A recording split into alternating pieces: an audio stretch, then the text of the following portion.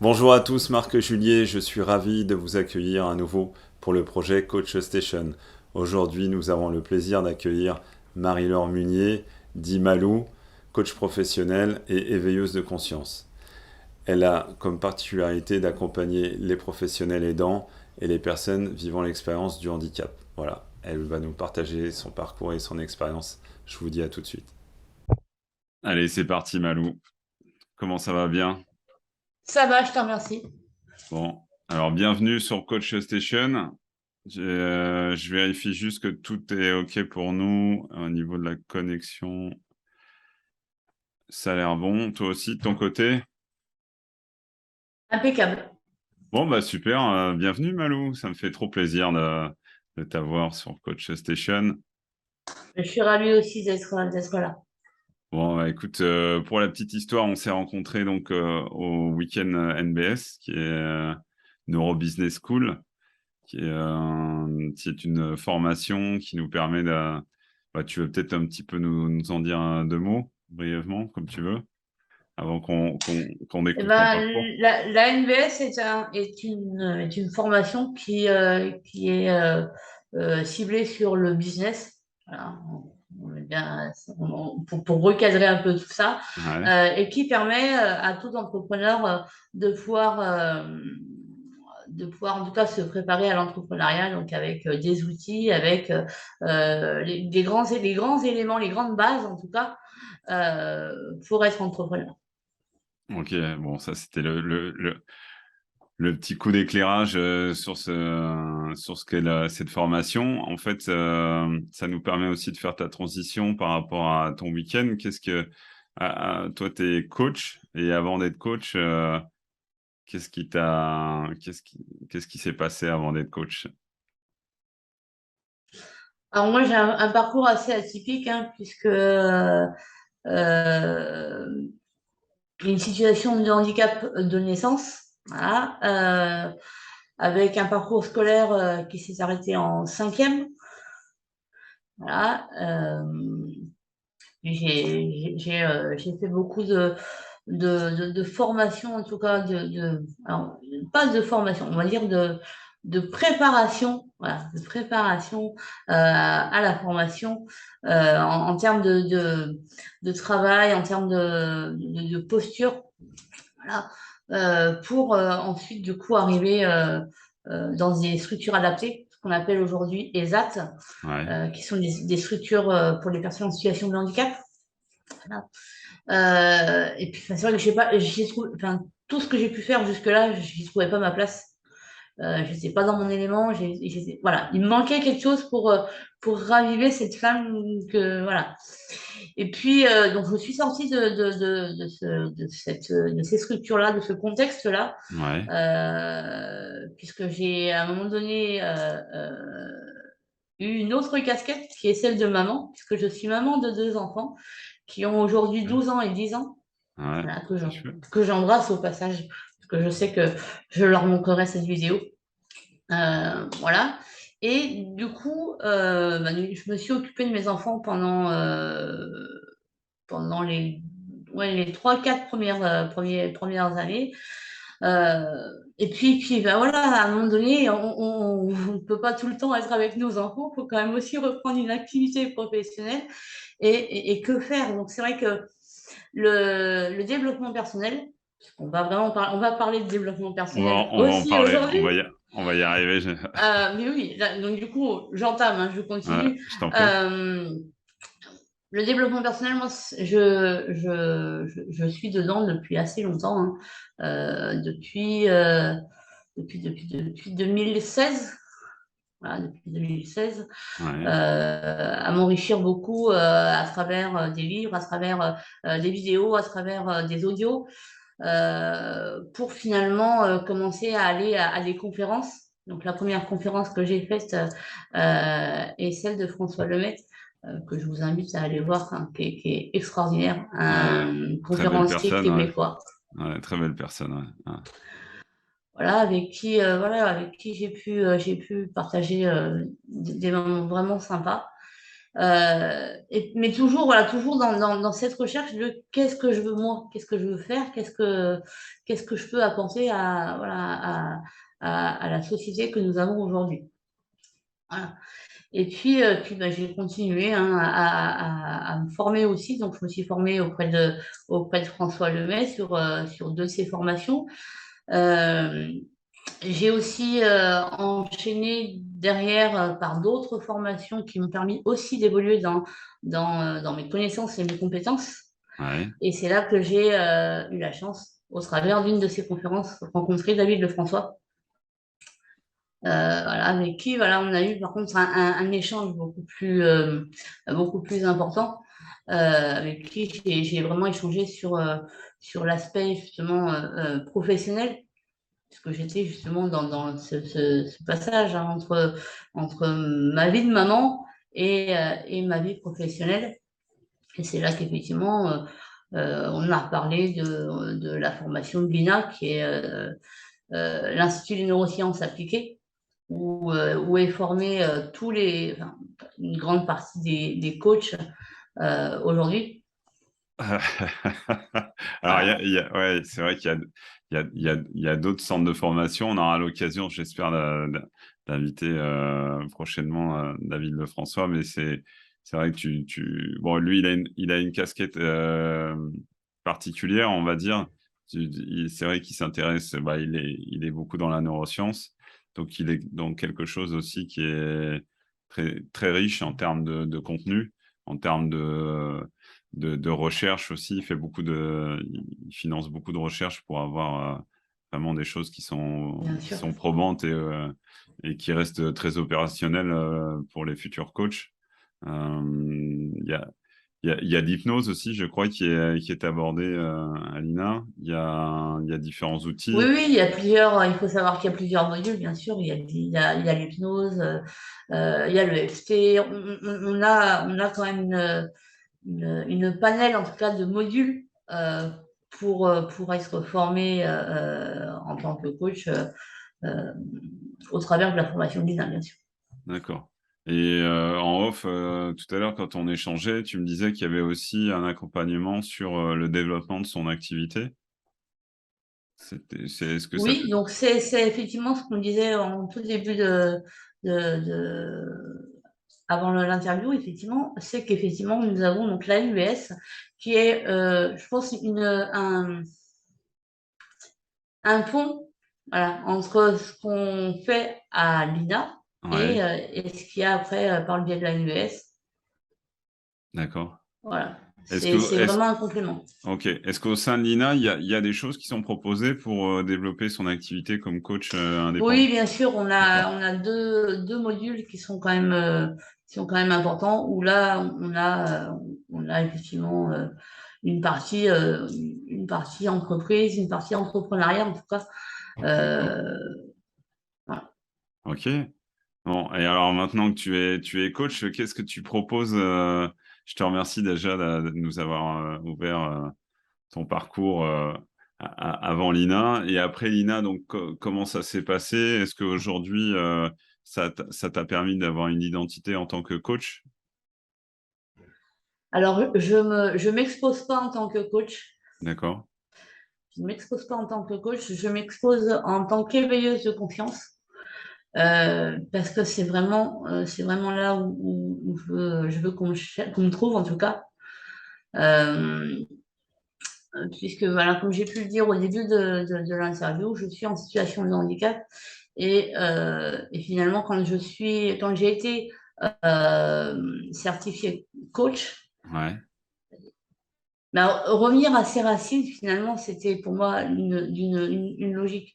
D'être autour du handicap, ça ne pouvait pas être autrement. Par mon parcours, par mes expériences, Ok. pas toujours très cool, Ouais. soyons honnêtes.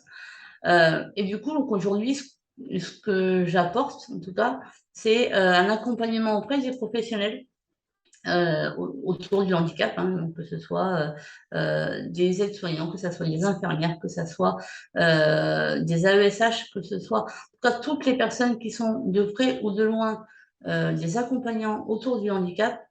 Je suis là pour les accompagner dans leur savoir-faire et leur savoir-être pour que eux, dans leur métier, ils puissent s'y retrouver vraiment et qu'ils soient épanouis.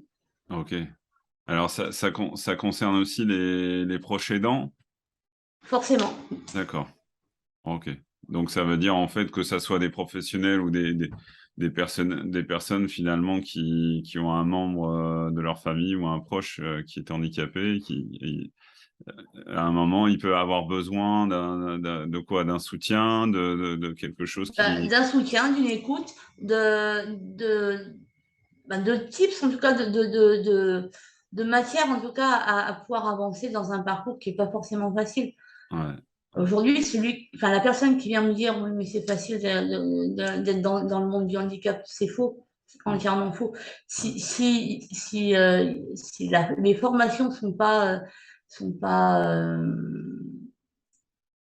complètes, c'est Ouais. difficile de pouvoir aller après dans un cursus d'aide à la personne, en tout cas auprès des personnes en situation de handicap. Ouais, ouais.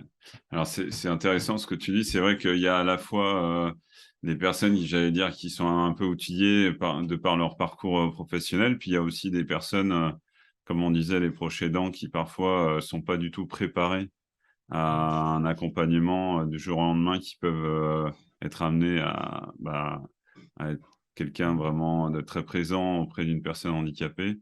Et du coup, ces personnes-là, effectivement, aujourd'hui, est-ce que c'est des personnes qui sont accompagnées, c'est-à-dire à un moment, ça soit l'État ou des centres de formation, comment ça se passe par exemple, pour un proche aidant qui, du jour au lendemain, est confronté à cette situation? Je pense notamment à Yannick Alain qui nous avait partagé ça à une époque où il avait une proche, bon, pour pas dire sa conjointe, qui avait eu un accident. Est-ce que ce genre de situation, à un moment, il y a, j'allais dire, quelque chose qui s'enclenche très vite, où il y a des conseils, une prise en charge, où on est au milieu de nulle part et on doit se débrouiller un peu tout seul? Alors, il y a des prises en charge. Après, c'est toujours pareil. Le, le monde, en tout cas, du handicap reste quand même quelque chose d'encore fermé. Et dans l'approche et dans l'accompagnement, il y a encore beaucoup, beaucoup de choses à faire. D'accord, d'accord. Et est-ce que ça concerne également des personnes qui sont handicapées, qui ont besoin de ton aide par rapport à un accompagnement, par rapport enfin, à des problématiques, ça doit être identitaires Oui, oui, tout à fait. Je fais aussi des accompagnements personnels, des accompagnements personnalisés pour justement les aider soit effectivement trouver leur voie professionnelle, soit à revenir dans un état d'être Ouais, voilà, plutôt que de subir. ouais. Voilà.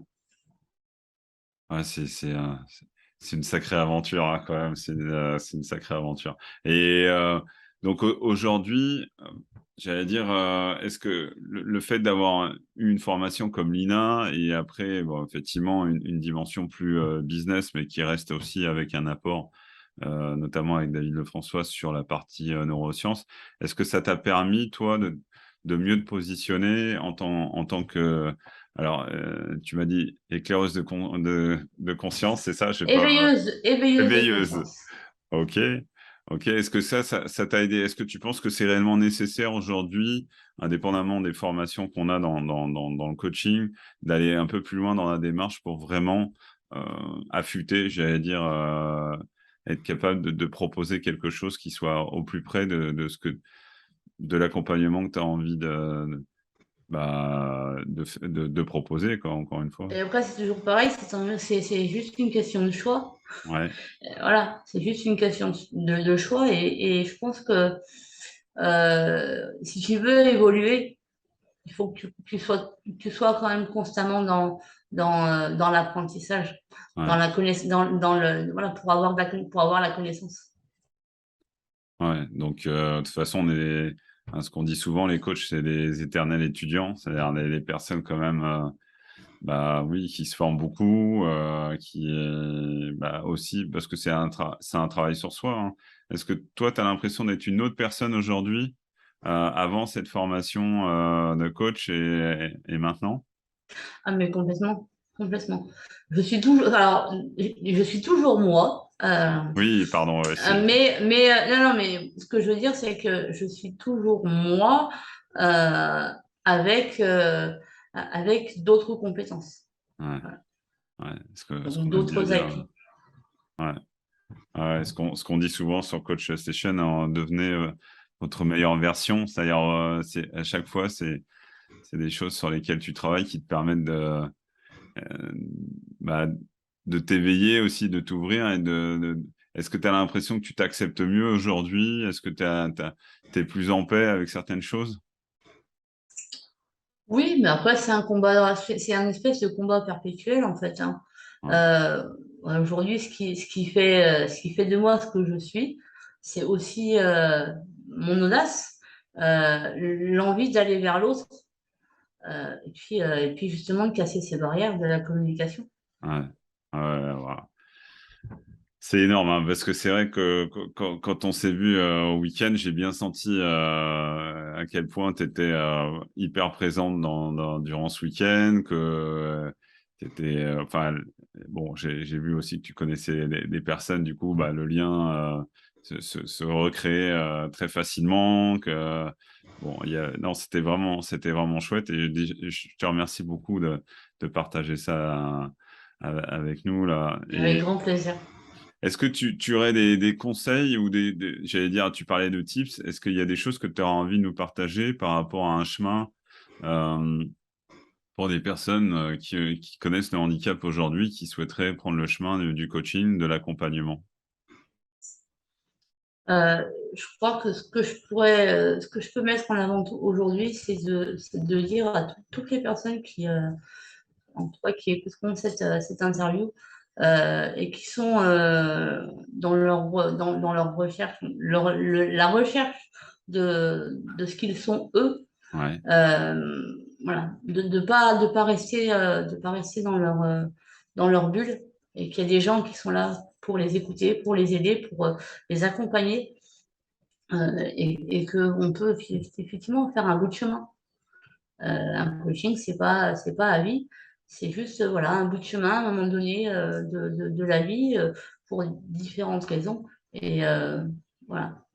alors il y a la partie coaching pour ceux qui souhaitent être accompagnés. Donc, je rappelle que je mettrai tes coordonnées dans la description, et donc avec ton site internet et aussi l'accès aux réseaux sociaux, parce que tu es présente aussi sur les réseaux sociaux. Et en fait, ce que j'aimerais savoir aussi à travers ma question, c'est s'il y a des personnes aujourd'hui handicapées, est-ce que tu penses que il y a quelque chose que toi, tu auras envie de partager concernant notamment l'INA ou d'autres centres de formation qui forment des futurs coachs professionnels? Qu'est-ce que toi, tu auras envie de leur dire? De s'autoriser? De quoi? De poursuivre leurs rêves, De vraiment. poursuivre leur rêve. Parce que quand on a un rêve et qu'on ne sait pas par quel chemin le prendre, c'est toujours difficile. Quand on sait ce qu'on veut et qu'on a la détermination et la motivation, voilà, il y a juste à prendre l'autoroute et filer tout droit. Ok, donc rien lâcher et croire Et en ses croire rêves. en soi, Ouais. croire en soi et à ses rêves.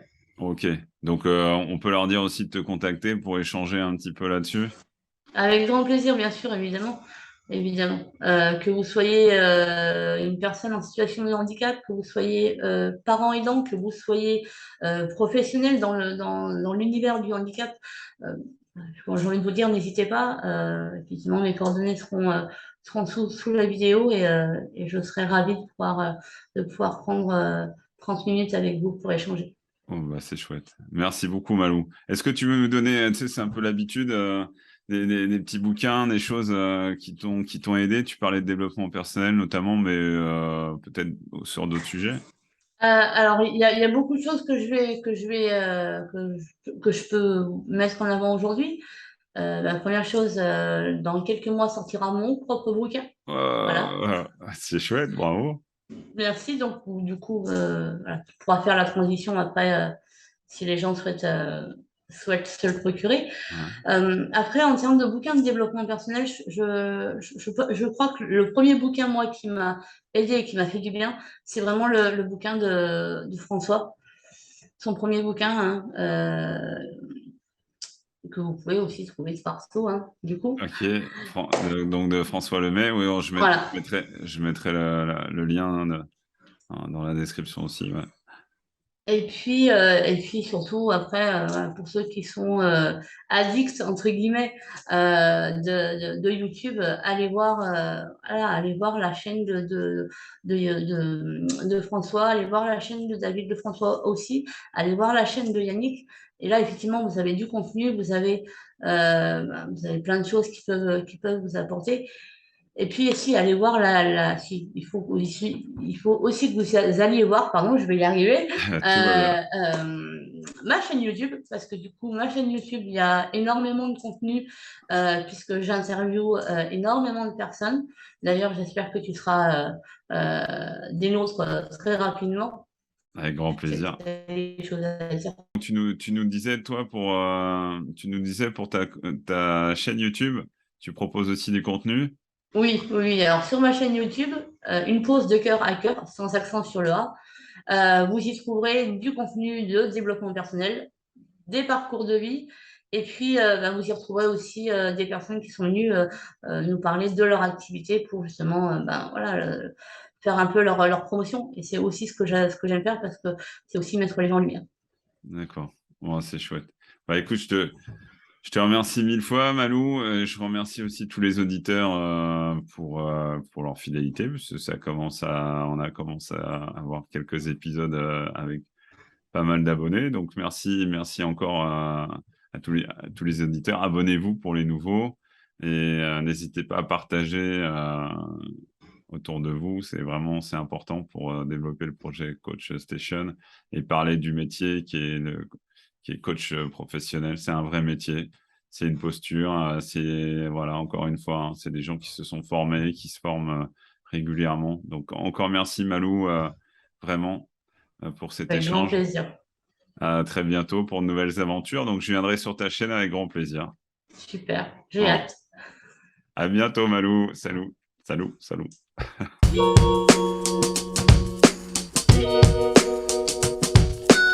Thank you.